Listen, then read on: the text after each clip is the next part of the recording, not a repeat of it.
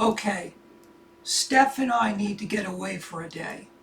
We have a lot to talk about. Now, the last time we went away, Kathy almost died. So, we're not going to have any more of that this time, right? Don't worry, Steve. We'll have everything under control. You better. You ready to go? Are you sure this is a good idea? No, but we're going to go anyway. We'll see you guys tonight.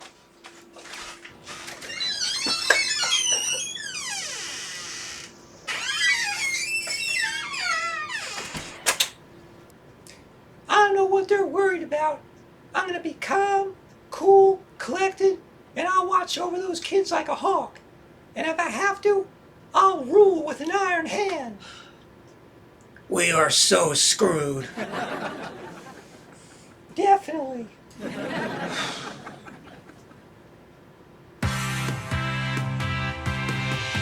Whatever may come our way, we'll deal with it day to day. We hope you'll be there while we're living in our timeshare.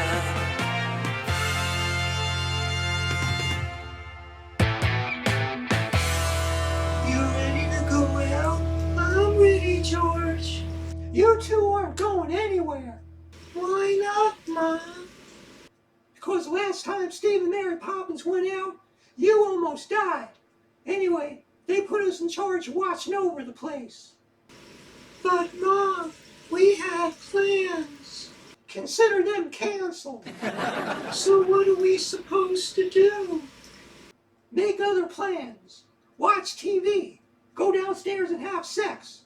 Just stay out of trouble. You reading them the right act? In a word, yes. Well, good luck with that. What do you mean? Phyllis, they're newlyweds. They want to go out and have some fun. They can have fun here. Kathy, it has been a while since we had sex. George, it's been 20 minutes. It was that long ago? I remember when 20 minutes was long enough to go without. Now 20 days isn't long enough. Don't I know it? Hey, nothing's stopping you from taking care of business. What do you think I've been doing? Mom, if you don't mind, we don't want to hear about your sex life. Actually, maybe we'll learn something. The only thing you learn from Roy is how to say, please pass the remote. Are you saying I'm not attentive enough? You're not attentive at all. Mom, if you want us to stay in the house, you two have to stop arguing. We don't want to hear it all day. That's fair enough. Fine. We'll stop arguing until Steve and Mary Poppins come home. Where did they go? They said they had some things to talk about. I guess they felt like they didn't have enough privacy here. Who does? This place is like Grand Central Station. So who told you to come to a community timeshare? You did. Ouch. I guess I walked into that one. Why did you decide to come here? I needed some place to get away to. Your ma just forgot to read the fine print. Who reads fine print? Anyone who doesn't want to get stuck in a place like this. I like it here. It's cozy. Please, you're young. You could be cozy in a tank. I've never done it in a tank before. Would you like to try? Where the hell are you two gonna get a tank? Where else? From an army surplus store. George, they just don't sell you a tank. Yeah, you gotta slip the guy a 20 first. Is that 20 minutes or days? It's $20, George. And no, you don't have to slip the guy a 20. A 20 won't do it. Maybe a 50, but definitely not a 20. Damn inflation. You're still not getting a tank. Where would you put it? In the driveway. George, That driveway isn't big enough to fit a tank. So we'll have a contractor come down and make it bigger. He's got an answer for everything. You're still not getting the tank. So what are we supposed to do? I told you, watch TV or have sex. Are those our only two choices? Trust me, Kathy, they're your only two choices. What kind of crack is that? Well, it's all we ever do. Not true. We go to bars, we hang out on street corners, harass the hookers, and we even get arrested from time to time. Yeah, because that's what I always look forward to. Sharing a cell with you and a gal named Bertha. Now that was a big girl. You could fit two of me in her. Maybe 1.5. Damn it, Roy, I am not that big. Tell that to Bertha. She was all over you, and you knocked her out with one punch. I'll take you over anybody in a fight. My ma always was a tough gal. Hell, you have to be tough to make it in this world. Kathy's pretty tough. You should see her when we go to the movies. She once tackled this little old lady for the last box of Thin Mints. Maybe we should go to the movies. You are not leaving the house, and that is final. You sure it's too soon for sex?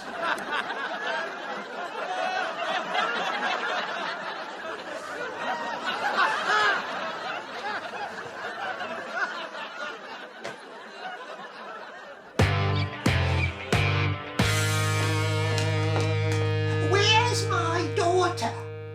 She and Steve went out. Where did they go? We have no idea. Said they needed to discuss a few things. They've got a lot to discuss, all right. So are they together or what? I'm not really sure. Well, I don't hear any howling or moaning, so they're not having sex. Speaking of which, do you have any idea what those two kids are doing downstairs? We can imagine. No, you can't. What they're doing, I can't repeat in polite company. Then you can certainly tell us. Who taught your daughter to do those disgusting things? I think she just naturally picked them up from watching her mother. It was one night, and I never expected her to walk in on us. When was this? Before you ever got here. It was just before they ran away from home. She was probably traumatized. Actually, that's exactly what happened. Don't you have any self-control? Phyllis is an animal. Thanks a lot. Well, it's true. That I can believe. Hey, from what Mary Poppins tells me, you weren't exactly an angel before you got married. I was young and foolish. Yeah, well, they're young and, well, married. Please, after marriage, that's when the sex stopped. Took that long? Was that another dig? Whatever would make you think that? I'm just sorry I stayed with that loser as long as I did. Some of us take time to learn our lessons. Iggy, stop playing with the bugs.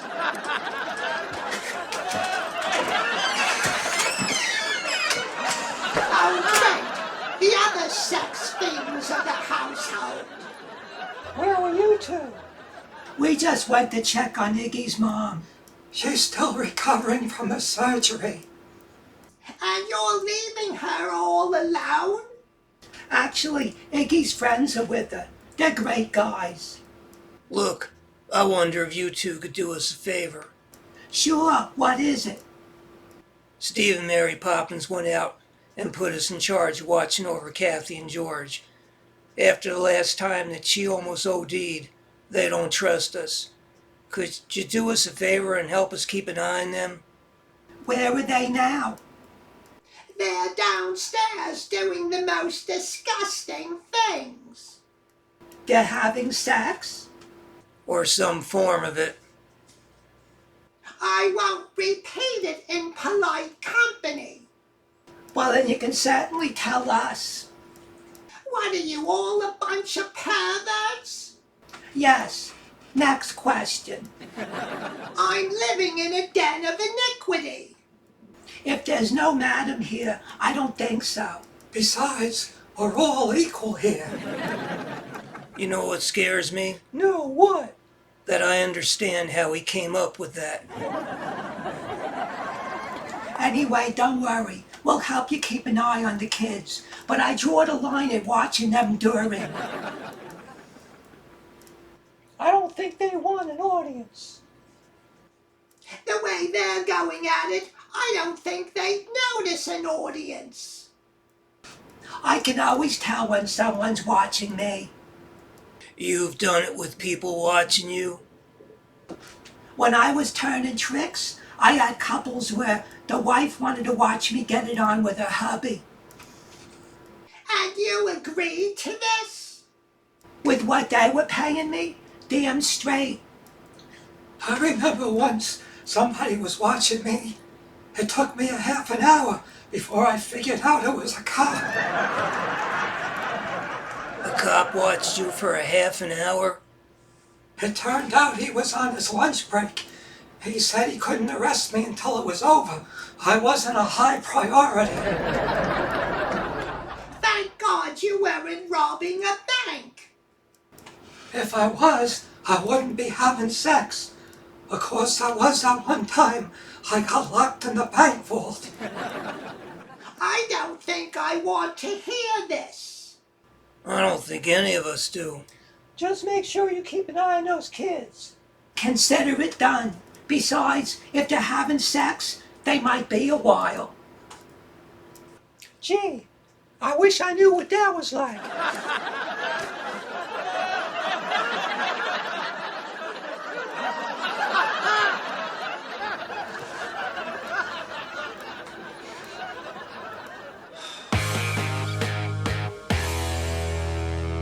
You want something to drink? Sure, just make sure it's none of Iggy's homemade hooch. You know what happened the last time.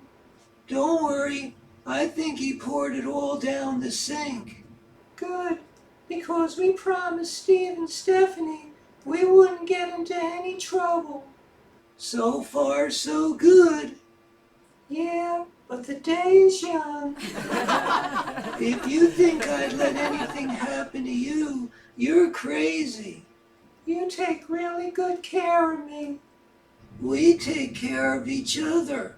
Somebody has to. Anyway, let me go see what we have in the fridge.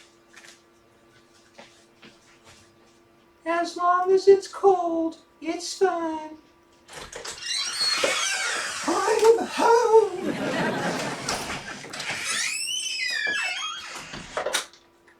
Who just came in? It's Martina. Hi, Martina. Hello, George. You and Kathy behaving yourselves. We've been very good. Kathy was especially good downstairs. George, Yes? my drink. Oh, right.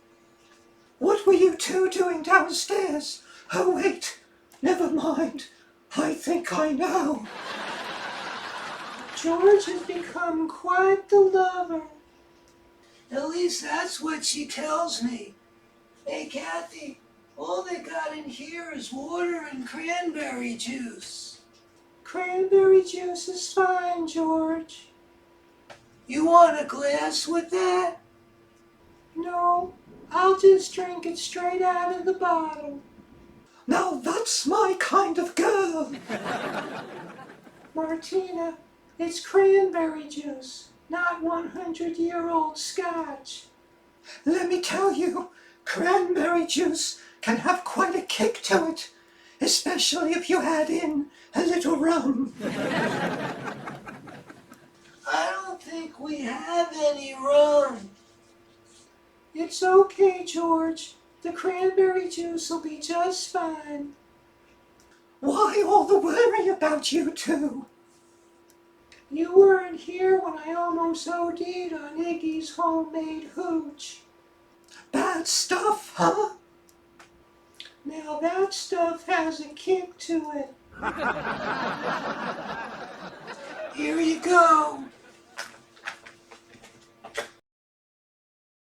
Thanks, George. Now I gotta go find something for myself. I thought all they had was water and this stuff. I was thinking of getting something to eat, but the cupboard's kind of bare. I don't think Stephanie did the shopping yet.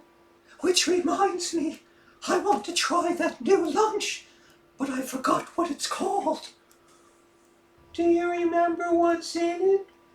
I think it was ham, or it might have been turkey. I don't know, it was some kind of meat.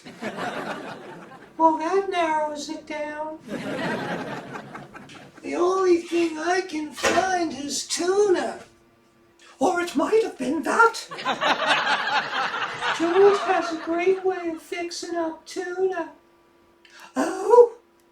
Yeah, can of tuna. Yeah, some salt, pepper, garlic powder, oregano, fine herbs, a little Worcestershire sauce. It's really good. Sounds it. Can you make some for both of us? Sure, it serves two anyway. I usually split it with Kathy. Oh, then I don't want to take your lunch. It's okay, Martina. I'm not hungry anyway. At least not for food.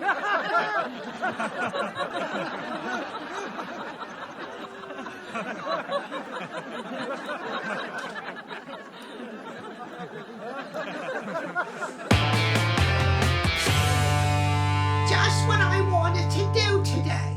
Play babysitter to a couple of horny newlyweds. Actually, we've been married a while now. And apparently you still haven't learned how to keep out of trouble. What fun would that be? What exactly happened that I have to play prison warden? Kathy got into some of Iggy's homemade hooch.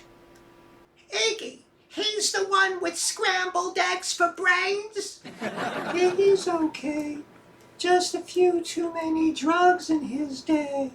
I think a few too many is being kind. But he's a good egg. He's like family. Speaking of family, I understand you're very fond of my daughter. Miss Stephanie's the coolest. I think George would have asked her out if she was younger. My daughter isn't exactly a spring chicken. I understand you're not too thrilled about her and Steve Rogers. I've come around since then. He's not so bad, but boy, does he come with a lot of baggage. Don't we all? You're pretty wise for such a young girl. My ma brought me up on street smarts. George, what about your parents? I don't hear you talking about them much. They're both gone. Died when I was very young. That's why Roy's taking care of me. How did that happen? Roy was my father's best friend. He was always like an uncle to me.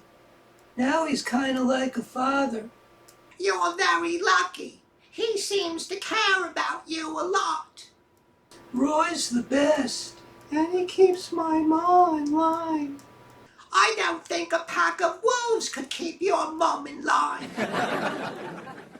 She's tough, but she has a big heart. She cried a lot when my dad died. How did your father die? It's a long story. He was helping somebody out on the highway and got hit by a car.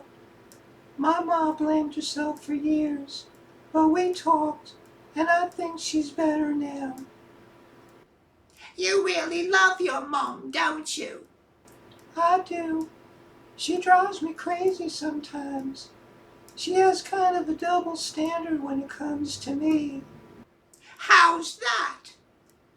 Oh, you know, all these things she tells me not to do, and then she goes out and does them herself.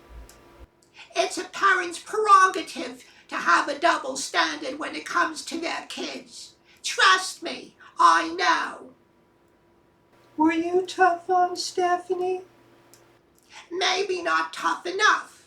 One thing I didn't do was prepare her for the outside world. Maybe that's why she has so many problems. She seems okay to me. She hides it well, Do you worry about her? all the time. So maybe it's about time you stopped? It's not that easy. My mom always tells me, ain't nothing easy. Roy always tells me that too. Maybe that's why they're so good together. They are a pair, those two. One night they got so drunk they couldn't even walk straight. That was the night my daughter tried to. Well, you don't need to hear this. Oh, we already know what happened. Miss Stephanie had Steve Rogers barking like a dog. It was the creepiest thing I'd ever seen. Your daughter has that effect on him. I just wish those two would make up their mind what they want to do with their relationship. I need a scorecard just to keep track. I'm sure they'll work it out eventually. You seem to have a lot of confidence in my daughter. I do. And so should you. You know, this babysitting isn't so bad.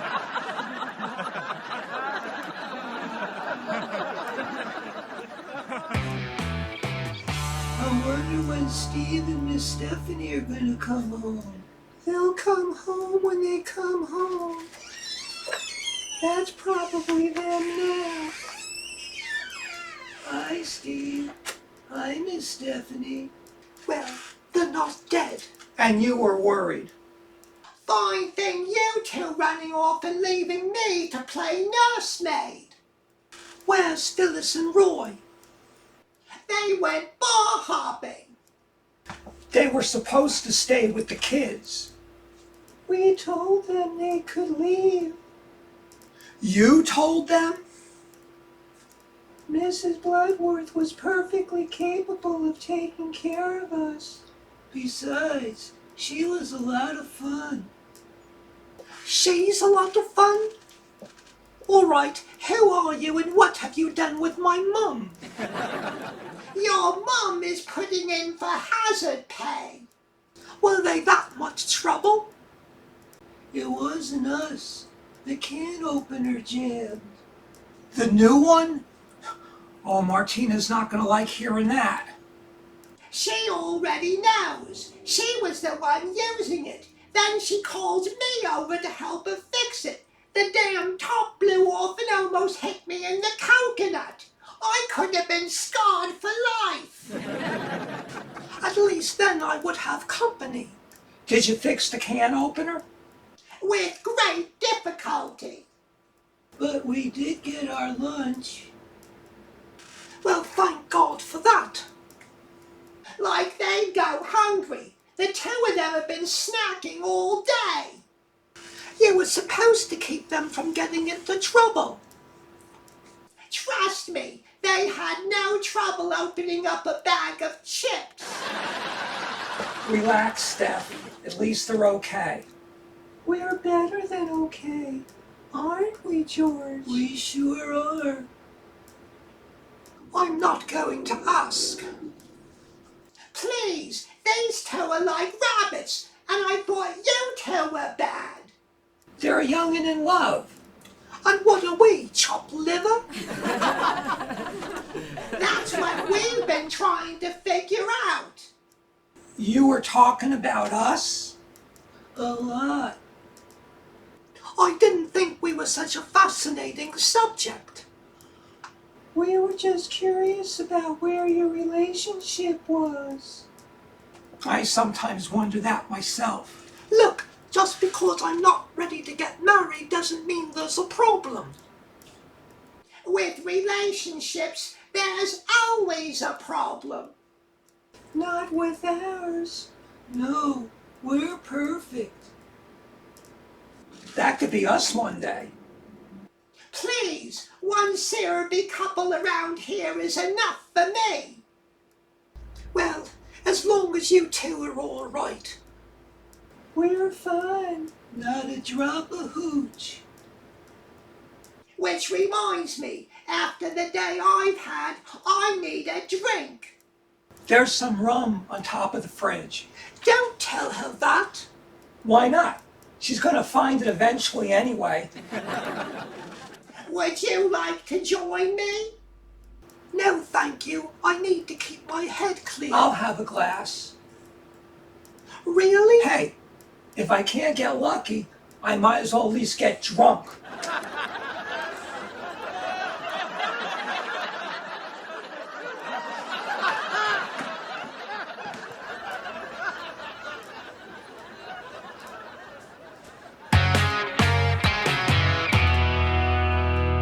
Hi, Steve.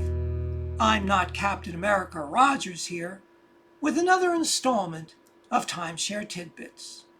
Alfred Hitchcock once said, "A good film is when the dinner, the babysitter, and the price of admission were worth it."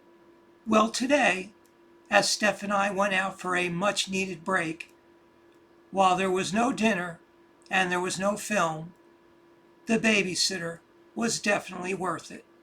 As nervous as we were about leaving Kathy and George with the merry band of misfits, when we returned, they were as good as new. Maybe better. Steph's mom did a lot of complaining, but I think deep down inside, she loves the kids.